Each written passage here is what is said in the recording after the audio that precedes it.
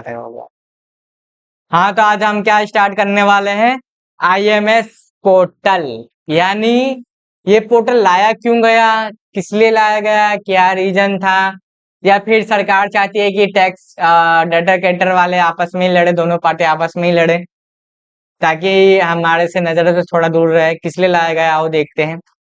Draft manually on invoice management system, यानी आपका जो आईएमएस का फुल फॉर्म क्या है, इनवॉइस मैनेजमेंट सिस्टम। ठीक है, इनवॉइस मैनेजमेंट सिस्टम मींस कि जो भी आपका इनवॉइसिस होगा, बिलिंग होगा, जो आपने परचेज का बिल लिया था उसकी आईटीसी लेने में, मैनेज करने में आपका ये पोर्टल क्या करता है, काम करता है। क्या कहता है, in significant leap forward in the goods and service tax ecosystem, the system common portal have unbelieved a groundbreaking new facility, the invoice management system IMS। ये क्या करता है, way recipient tax payer with invoice, यानी जिस person से आपने purchase किया होता है माल, है ना, वो जब तक आपने GSTR1 टेबल में फाइल नहीं करता है आपके 2B में नहीं आता है। लेकिन 2B में मैंने क्या हो रहा था, जब आईटीसी आते तभी क्लेम करते हो, बट 2B में आईटीसी क्लेम करने से पहले अब आपको क्या फाइलिंग करना पड़ेगा, आईएमएस। उसी से आप क्या करोगे, जिस पे एक्सेप्ट करोगे, जिसको रिजेक्ट करोगे, जिसका पेंडिंग करोगे, उसके हिसाब से आपको आईटीसी दिया जाएगा। आगे टैब आएगा, मैं टैब में दिखाऊंगा कि कौन से टैब पे आप एक्सेप्ट करोगे, कौन से टैब पे रिजेक्ट करोगे, कौन से टैब पे पेंडिंग करोगे। अगर आप इन तीनों में से कुछ नहीं करते हो तो 14 तारीख के बाद से यानी 15-16 तारीख तक वो क्या हो जाता है, डीम्ड मान लिया जाता है कि आपका ये सभी बिले हैं। तो क्या करते थे, invoice features empower taxpayer to seamlessly expect, reject और keep invoice pending in the system to avail later and when require reconciliation process to get accuracy efficiency in GST compliance. ये क्या करता है, जो आपका आईएमएस का पोर्टल है किसके लिए, रिकंसिलिएशन प्रोसेस के लिए। यानी जो आपने परचेज का बिल खरीदा है उस परचेज को बिल के लीजिए, या अगर आपने टैली सॉफ्टवेयर में किया है और प्लस आईएमएस का पोर्टल खोलिए और वहां से क्या कीजिए, मैच कीजिए। फिर क्या, वही सारा चीज बता रखा है कि किस काम में आता है। आईएमएस का पोर्टल इनपुट टैक्स क्रेडिट को अवेल करने के लिए आता है। ठीक है, उसके बाद आपका जब ये आप आईएमएस पोर्टल जब आप फाइल कर देते हो तो आपका किस में जनरेट होता है, 2B में। बट यहाँ पे क्या बोला है, this facility shall be avail to the tax payer from the 14 October onward. किस में होता है, 2B में। मैंने क्या बोला था, जो भी आपका डाटा परचेज का होता है 2B में ऑटोमेटिक जनरेट होता है, कब होता है, 14 तारीख। और उससे पहले 2A का जो टेबल होता है वो तो ऑटोमेटिक चलता रहता है, उसका कोई डेट फिक्स है ही नहीं, है ना। पर 14 तारीख को 2B जनरेट होता है। बट जो जीएसटी या 2B में अब डाटा अवेल होगा, ठीक है, जनरेटेड होगा उस दिन का, उस दिन में आपको क्या करना पड़ेगा, पहले तो आपको आईएमएस फाइल करना पड़ेगा। जब आप आईएमएस फाइल कर दोगे तो फिर एक्यूरेट एक्यूरेट जो आपका 2B में डाटा दिखेगा वो आप किस में कर सकते हो, 3B में क्लेम कर सकते हो फाइलिंग करके। ठीक है, अब इसके बाद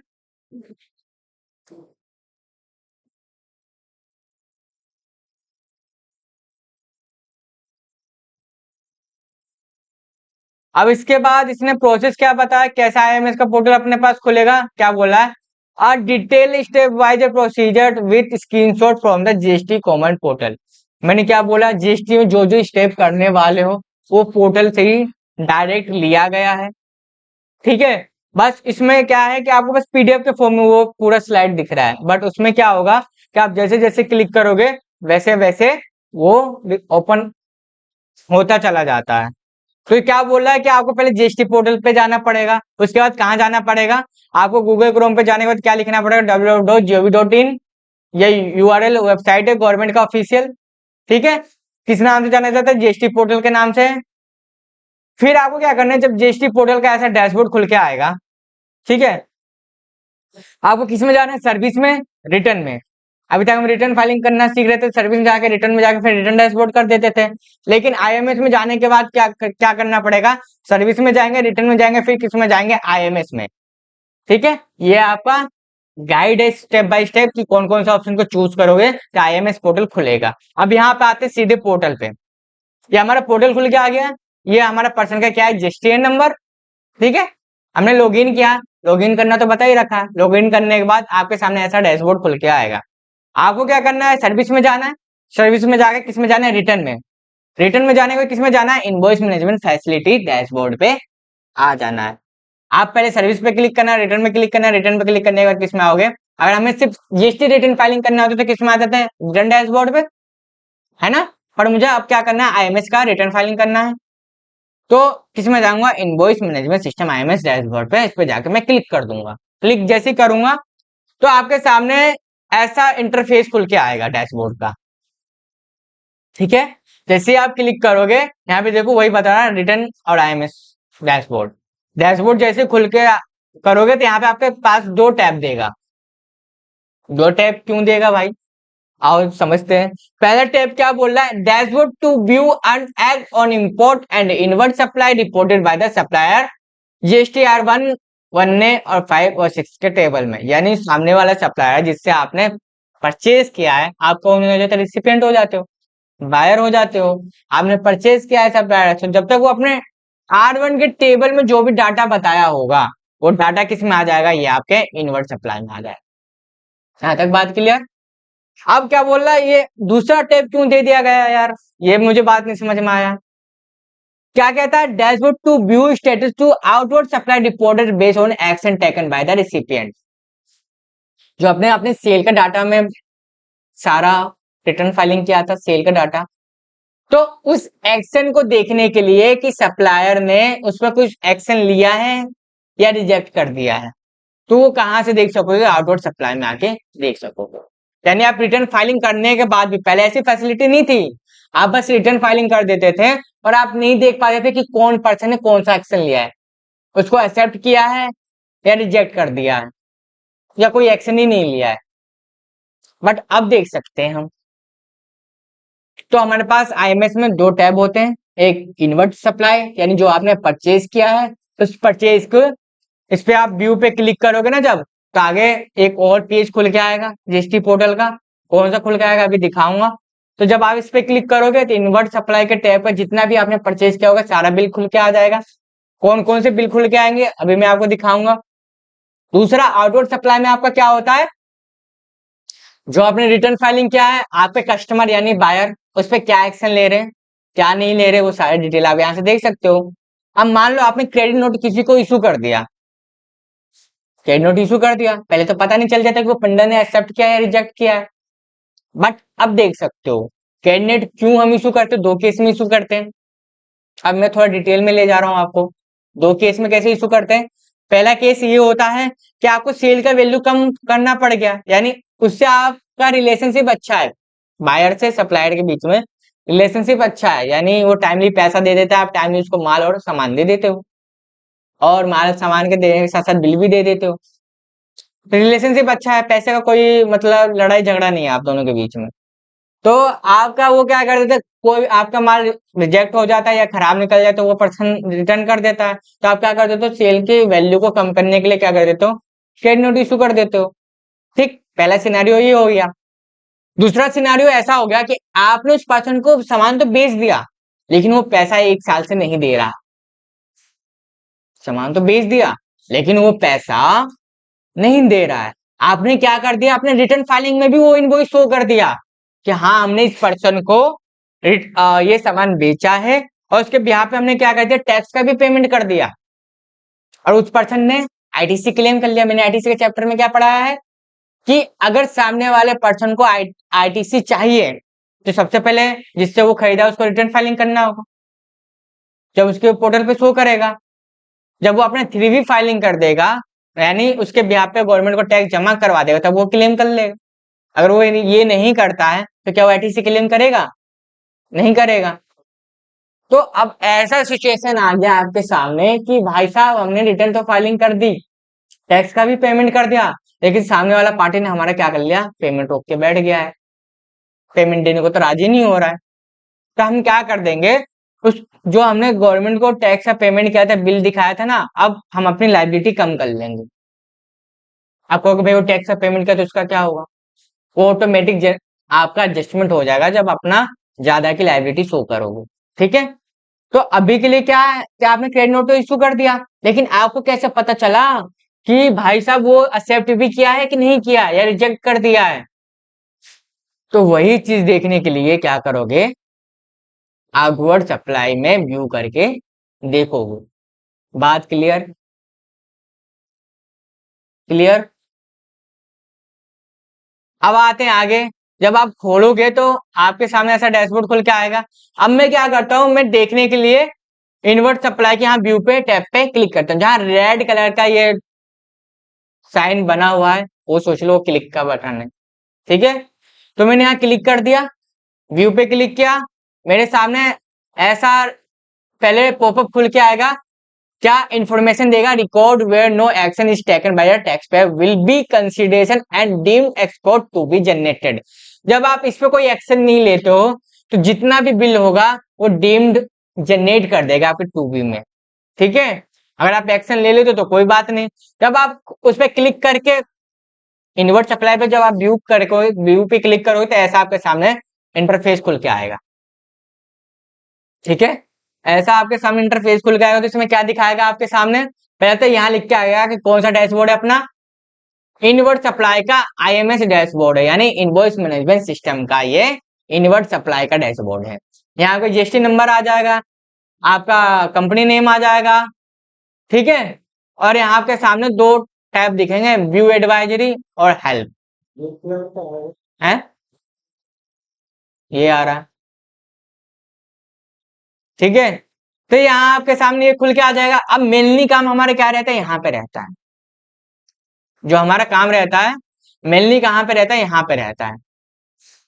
आपने परचेज किया था, ठीक है, आपने इनवर्ट सप्लाई का आईएमएस डैशबोर्ड खोल दिया, आपके सामने ऐसा इंटरफेस आ गया टैब खुलने के बाद। अब यहाँ पे क्या था, और अदर आईटीसी।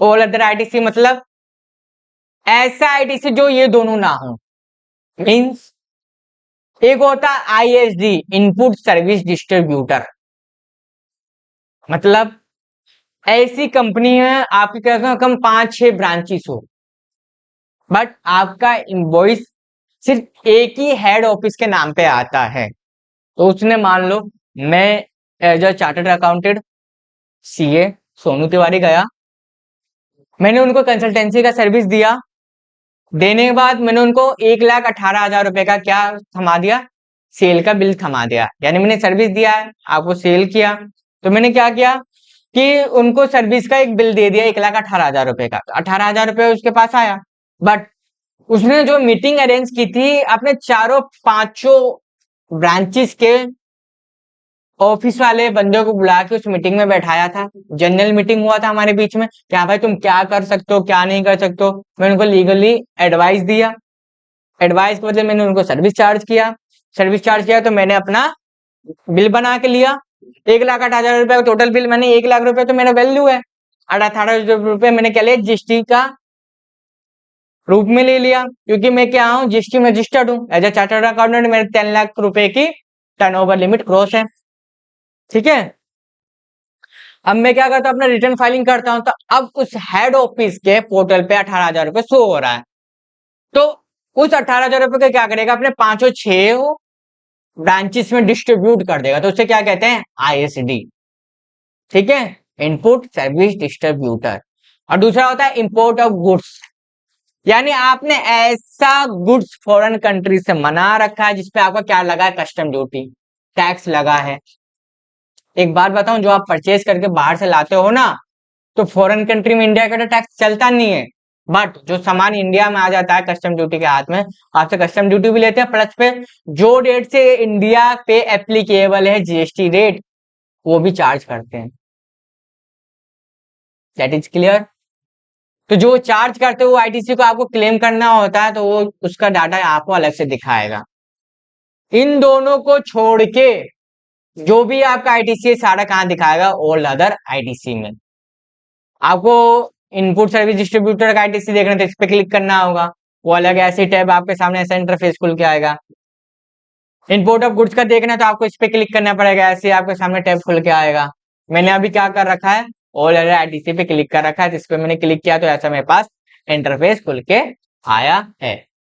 ठीक है, अब बात करते हैं क्या कि और अदर आईटीसी में आपका कितना इनवॉइसेस रिकॉर्डेड है। मेरे कितना है, 111 रिकॉर्ड है। कितना है सर, 111 रिकॉर्ड है। उसके बाद यहाँ पे मेरे सीरियल नंबर देता है, यहाँ मेरा हेडिंग देता है, यहाँ पे नंबर ऑफ रिकॉर्ड्स देता है। पहले इन चारों का मतलब समझ लो होता क्या है, फिर मैं एक एक करके डिटेल बताऊंगा। ठीक है, किसी को डाउट हो तो बीच में पूछ भी सकते हो, डाउट भी क्लियर कर दूंगा। ठीक है, ना हो तो और अच्छी बात है, मेरे लिए ज्यादा ना बोलना पड़ेगा मुझे। ठीक है, तो मैं क्या करता हूँ, नंबर ऑफ रिकॉर्ड्स में क्या होता है, नो एक्शन, यानी जितने बिल होंगे अभी तक आपने उसमें कोई एक्शन नहीं लिया, ना एक्सेप्ट किया, ना रिजेक्ट किया, ना पेंडिंग किया, जितने भी आपके बिल पहली बार में जनरेट होंगे सारे यहाँ दिखाएंगे। जैसे मैंने अभी तक इन बिलों पे एक्शन नहीं लिया है, यानी ना मैंने एक्सेप्ट किया, ना रिजेक्ट किया, ना पेंडिंग किया। जैसे 2 पढ़े, 1 पढ़े, 4 पढ़े, 6 पढ़े, 4 पढ़े, 1 2 4 ऐसे पढ़े हुए मैंने जो एक्सेप्ट कर लिया होगा बिल, यानी मैंने मान लिया कि मेरे इनवर्ट सप्लाई जो मैंने परचेज किया था ना, यही मेरे बिल के आईटीसी है, मैंने क्या कर लिया, एक्सेप्ट किया। जो भी एक्सेप्ट करूंगा मेरे यहाँ पे आ गया। देखो यहाँ पे मेरे 2 दिखाया था, बट मैंने यहाँ 5 एक्सेप्ट किया क्योंकि और भी बिल मेरे पहले के थे। ठीक है, जो मैं पिछली बार लेना भूल गया था इस बार ले लिया हूँ। ऐसे मेरे ये सारे बिल जो मैंने एक्सेप्ट कर लिए, उसके बाद मैंने रिजेक्ट कुछ बिल कर लिए, कुछ बिल मैंने रिजेक्ट कर दिया। एक चीज हमेशा याद रखना, अगर आपने एक बार रिजेक्ट कर दिया, क्या कह रहा हूं, अगर एक बार रिजेक्ट कर दिया तो दोबारा उसका आईटीसी नहीं ले सकते हो। इसलिए सोच समझ के टैब पे क्लिक करना। कैसे एक्सेप्ट करेंगे, कैसे रिजेक्ट करेंगे, मैं अभी आपको आगे दिखाने वाला हूँ। अभी के लिए मैं अभी क्या दिखा रहा हूँ आपको, ये भगवान। आपने इन्वर्ट का सप्लाई लिया, परचेज किया था, अब आपको क्या बोला कि 2V में डाटा तो ऑटोमेटिक जनरेट होगा, बट उसकी आईटीसी जब तक आप क्लेम नहीं कर सकते। पहले क्या बोला था आईएमएस आने से पहले, जो 2V में दिखेगा उसका आईटीसी आप ले सकते हो, बट अब 2B में तो जनरेट होगा ही होगा, पर उस आईटीसी को क्या करना पड़ेगा, पहले रिकनसाइल करना पड़ेगा। रिकनसाइल के लिए क्या क्या आ गया, आईएमएस पोर्टल आ गया। वहां पे 2 टैब दिया, एक इनवर्ट सप्लाई, एक आउटवर्ट सप्लाई, यानी जिसको आप रिटर्न फाइलिंग कर सकते हो उसको भी देख सकते हो कि उसने क्या एक्शन लिया नहीं लिया। इनवर्ट सप्लाई में जो आपने बिल परचेज किया था उस बिल के रिगार्डिंग आप यहाँ पे आईटीसी मानोगे कि वो मेरा है या नहीं है, जो नहीं है उसको रिजेक्ट कर दोगे, जो आपका है उसको एक्सेप्ट कर लोगे। नो एक्शन का मतलब ये होता है कि अभी तक आपने उस पर कोई एक्शन ही नहीं लिया है। ठीक है, आप बात समझ में आया, एक्शन का मतलब कि उस पर आप कोई गतिविधि नहीं किया है। अरे गुरुजी बता रहा हूँ, ये तीनों समझ में आया अब। पेंडिंग का मतलब ये होता है कि ना उस पर आपने एक्सेप्ट किया ना रिजेक्ट किया, सिर्फ वो अभी पेंडिंग में। जो आप यहाँ पे नो एक्शन पे क्लिक नहीं करोगे तो ऑटोमेटिक कहाँ चला जाएगा, पेंडिंग में चला जाएगा, क्योंकि आपने ये दोनों टैब क्लिक ही नहीं किया है, ना एक्सेप्ट किया ना रिजेक्ट किया, तो ऑटोमेटिक किस में चला जाएगा, वो पेंडिंग में चला जाएगा। ठीक है, और कुछ बिले हम पेंडिंग में खुद से भी रख देते हैं, क्योंकि बाई चांस हमारे ओनर को भी याद नहीं रहता है। पेंडिंग में हम इसलिए रख देते हैं क्योंकि ये अगली बार के मंथली रिटर्न में शो कर जाएगा बिल। अगर आपने रिजेक्ट कर दिया हो तो फिर परमानेंटली डिलीट है ही, फिर आईटीसी नहीं ले सकते हो। लेकिन जो आईटीसी लेना है पर अभी आपको कंफर्म नहीं मालूम है कि मेरा बिल है कि किसी और का है, तो उसको क्या कर दोगे, पेंडिंग में रख दो। समझ में आया, चारों टैब का मतलब, चारों कॉलम का मतलब समझ में आया। अब बात करते हैं इसमें क्या क्या हेडिंग में आता है, बी टू बी इनवॉइसेस जितने भी आपके हैं जीएसटी-R1 के टेबल में, जो भी बी टू बी इनवॉइस आपने कोई भी taxable, non GST, exempt, related का परचेज का बिल लिया हो, सेल का बिल लिया हो, उसकी का इनवॉइस दिखाएगा, यहाँ पे दिखाएगा। दूसरे वाले में क्या दिखा है, बी टू बी इनवॉइसेस तो है पर उसमें क्या चेंजेस है, अमाउंट की गलती की वजह से हो जाए या किसी भी रीजन की वजह से हो जाए, कोई भी चेंजेस होगा तब मैन्युअल वाला बिल कहाँ दिखाएगा, यहाँ पे दिखाएगा। डेबिट नोट वाला यहाँ पे दिखाएगा, क्रेडिट नोट वाला, सॉरी डेबिट नोट वाला अमेंडमेंट वाला भी बिल यही दिखाएगा। क्रेडिट नोट इशू किया है तो क्रेडिट नोट का भी यही दिखाएगा, क्रेडिट नोट का अमेंडमेंट किया तो यही दिखाएगा। इनवॉइसिस और इनवॉइसिस अमेंडमेंट ये कौन सा, ई कॉमर्स ऑपरेटर वाला, ठीक है। तो यहाँ पे सारा डाटा दिखाएगा। यहाँ तक बात समझ में आया?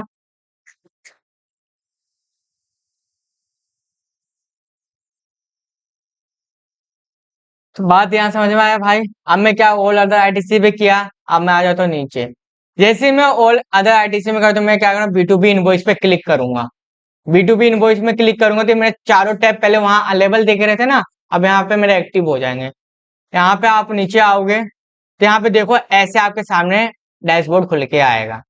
जब आप क्या करोगे, बी टू बी इनवॉइस पे क्लिक करोगे, यहाँ पे क्लिक करने से नहीं खुलने वाला, ये इस पे नंबर पे क्लिक करोगे ना, नहीं ओपन होगा। कहाँ पे क्लिक करोगे, बी टू बी इनवॉइसिस पे। किस पे, बी टू बी इनवॉइसिस पे। जब आप इस पे क्लिक करोगे तो फिर कैसे खुल के आएगा आपके सामने, ऐसा खुल के डैशबोर्ड आ जाएगा। फिर आपके सामने जीएसटीएन नंबर दिखा देगा, ठीक है। फिर इसमें आपका टैब ओपन करके दे देगा कि भाई साहब ये आपका बिल नंबर है, कैसा पार्टी रजिस्टर्ड है ना। इसमें आपके सामने देखो गोला गोला सर्कल सा आ रहा है, आ रहा है गोला गोला सर्कल सा। अगर आपने एक्सेप्ट किया होगा तो इस पे क्लिक कर दो, रिजेक्ट किया होगा तो इस पे क्लिक कर दो, पेंडिंग किया होगा तो इस पे क्लिक कर दो। जो एक्सेप्ट कर देगा ऑटोमेटिक ब्लॉक हो जाएगा। और यहाँ पे आपको क्या लिख के आ जाएगा स्टेटस में, एक्सेप्ट, ठीक है। उसके बाद अगर आपने रिजेक्ट कर दिया तो ऑटोमेटिक क्या हो जाएगा, ब्लॉक हो जाएगा। और किससे क्या लिख के आ जाएगा, एक्सेप्ट। अगर आपने पेंडिंग में क्लिक किया है तो ये ऑटोमेटिक क्या हो जाएगा, ब्लॉक हो जाएगा और यहाँ लिख के आ जाएगा पेंडिंग, ठीक है। अब यहाँ पे देखो कुछ केसेस में डीम्ड लिखा हुआ आ रहा है, यानी इस पे आपने कुछ एक्शन नहीं लिया, वो ऑटोमेटिक क्या हो गया, डीम्ड हो गया। डीम्ड एक्सपोर्ट लिखा रहा है, सॉरी सॉरी सॉरी, यहाँ रेगुलर इनवॉइस टाइप लिखा रहा है ना ऊपर में, यहाँ रेगुलर लिखा आ रहा है और यहाँ डीम्ड एक्सपोर्ट लिखा हुआ आ रहा है। तो आपका क्या है, इनवॉइस टाइप बता रहा है। अब मैं आगे बढ़ता हूँ। अब यहाँ पे क्या है, मेरे पास फिल्टर का भी ऑप्शन देता है। आपको अगर पता है कि किसी ऐसा पर्सन का जीएसटी नंबर देखना जो भाई साहब अपना भूल जाता है रिटर्न फाइलिंग करना, आपको पता है, उस पर आप निगाहें लगा के बैठो कि भाई साहब इसके वजह से मेरे को आईटी टैक्स का ज्यादा पेमेंट करना पड़ता है, तो मैं उसका बंदे का सर्च करके देखना चाहता हूँ कि उसने अपना रिटर्न फाइलिंग किया भी है या नहीं किया है। तो मैं क्या करूंगा, फिल्टर वाले ऑप्शन पे यहाँ क्लिक करूंगा, यहाँ पे सर्च जीएसटी नंबर डालूंगा, इनवॉइस टाइप डालूंगा कि कैसा है, इनवॉइस है, क्रेडिट नोट है, डेबिट नोट है, कैसा है। यहाँ पे क्लिक करूंगा, फिर स्टेटस पे क्लिक करूंगा, फिर सोर्सेस पे क्लिक करके मैं उस पर्सन का सर्च करके भी देख सकता हूँ। अब मेरे को क्या करना है, अब मैंने मान लो ये सारा कुछ कर लिया, एक्सेप्ट रिजेक्ट पेंडिंग कर लिया, मैंने स्टेटस भी देख लिया क्या दिखाना है। मुझे क्या करना पड़ेगा, यहाँ पे जैसे ही मैं इस पे क्लिक करूंगा, क्लिक करके एक्सेप्ट करूंगा, तो यहाँ पे आपके सामने ऐसा टैब आ जाएगा कि आपने कितना एक्सेप्ट किया है, कितना रिजेक्ट किया है, कितना पेंडिंग किया है। उसके बाद क्या करना पड़ेगा मुझे, उसके बाद यहाँ पे क्या करना पड़ेगा, सिलेक्ट ऑल डाटा पे प्रोसीड कर देना पड़ेगा। प्रोसीड कैसे करेंगे, जैसे आपने यहाँ पे डाटा क्या था, क्लिक किया था, अगर मान लो आपको एक साथ पूरे टेबल को सिलेक्ट करना है, एक एक करके एक्सेप्ट रिजेक्ट नहीं करना है, आपको क्या करना पड़ेगा, यहाँ पे क्लिक कर देना होगा। यहाँ पे सीरियल नंबर दिख रहा है, अब टोटल यहाँ टोटल क्लिक हो जाएगा। क्लिक होने के बाद क्या करोगे, यहाँ पे सेव कर दोगे, ये दिख रहा है सेव, यहाँ पे सेव कर दोगे।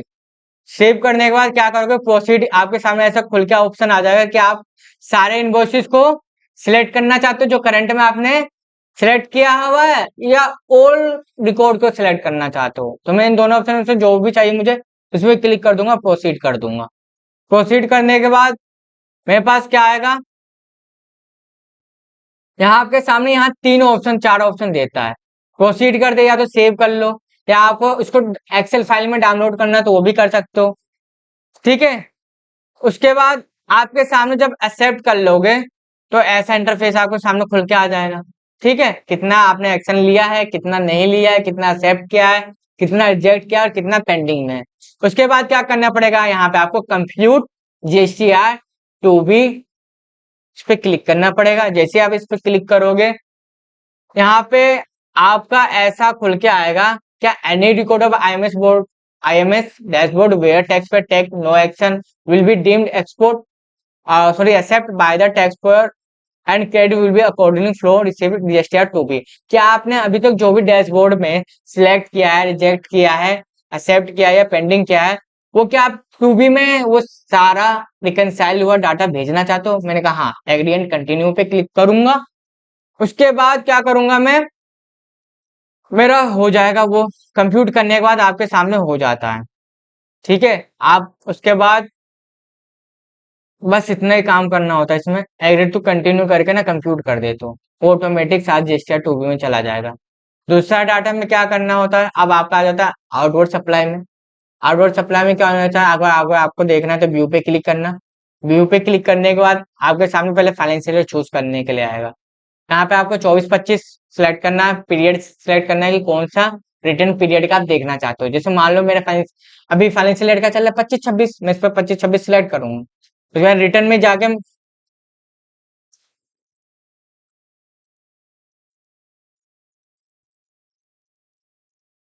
तो यहाँ पे आप अपना मंथ सेलेक्ट कर लेना और सर्च पे क्लिक कर देना। जैसे सर्च पे क्लिक करोगे आपके सामने वही इंटरफेस खुल के आ जाएगा, जैसे आपका GSTR 1 के टेबल में बताते ना कि टेबल नंबर 4 में क्या है, 9B में क्या है, 15 में क्या है, तो ये सारे आपके सामने टेबल खुल के आ जाएगा और यहाँ पे नंबर्स ऑफ रिकॉर्ड बता देगा। आपको क्या करना पड़ेगा, इसको चाहो तो एक्सेल फाइल में भी डाउनलोड कर सकते हो। फिर आपके सामने ऐसा इंटरफेस खुल के आएगा, या तो आप इस पे क्लिक कर दोगे। क्लिक करने के बाद आप ये ऐसा इनवॉइस देख सकते हो। यहाँ पे देखने के बाद यहाँ पे सारा इनवॉइसेस दिखाएगा जो जो आपने रिटर्न फाइल में डाला हुआ है। GSTR 1 के टेबल में जो आपने रिटर्न फाइल कर रखा होगा ना, उसमें जो भी इनवॉइसेस होगा, टैक्सेबल टोटल इनवॉइस वैल्यू क्या है, टैक्सेबल वैल्यू क्या है, कौन सा GST चार्ज है, कौन सा इनवॉइस डेट है, कौन सा इनवॉइस नंबर है, सारा कुछ दिखाएगा उस पर्सन का। फिर आप आगे आगे चल के देखोगे तो यहाँ पे देखो स्टेटस भी दिखाएगा। आप स्टेटस पे कैसे देखोगे स्टेटस, यहाँ पे आप तो चाहे तो डाउनलोड एक्सेल फाइल भी कर सकते हो, लेकिन आपके सामने ऐसा इंटरफेस खुल के आएगा, ऐसे स्टेटस पे भी आप देख सकते हो। कैसे देखोगे, स्टेटस पे जाके देखोगे जो पर्सन ने इसको कुछ रिएक्ट ही नहीं किया होगा तो नो एक्शन लिखा हुआ आएगा। ठीक है, और जो रिएक्ट कर देगा यहाँ पे एक्सेप्ट भी लिखा हुआ आ जाता है। ठीक है, और जो रिजेक्ट कर देगा यहाँ रिजेक्ट भी लिखा हुआ आ जाएगा, तीनों चीजें लिखा हुआ आ जाएगा। और यहाँ पे आपको पता चल जाएगा कि वो रिसिपेंट ने अपना रिटर्न फाइलिंग किया भी है या नहीं किया है। ठीक है, तो अपना ये था IMS बोर्ड का पूरा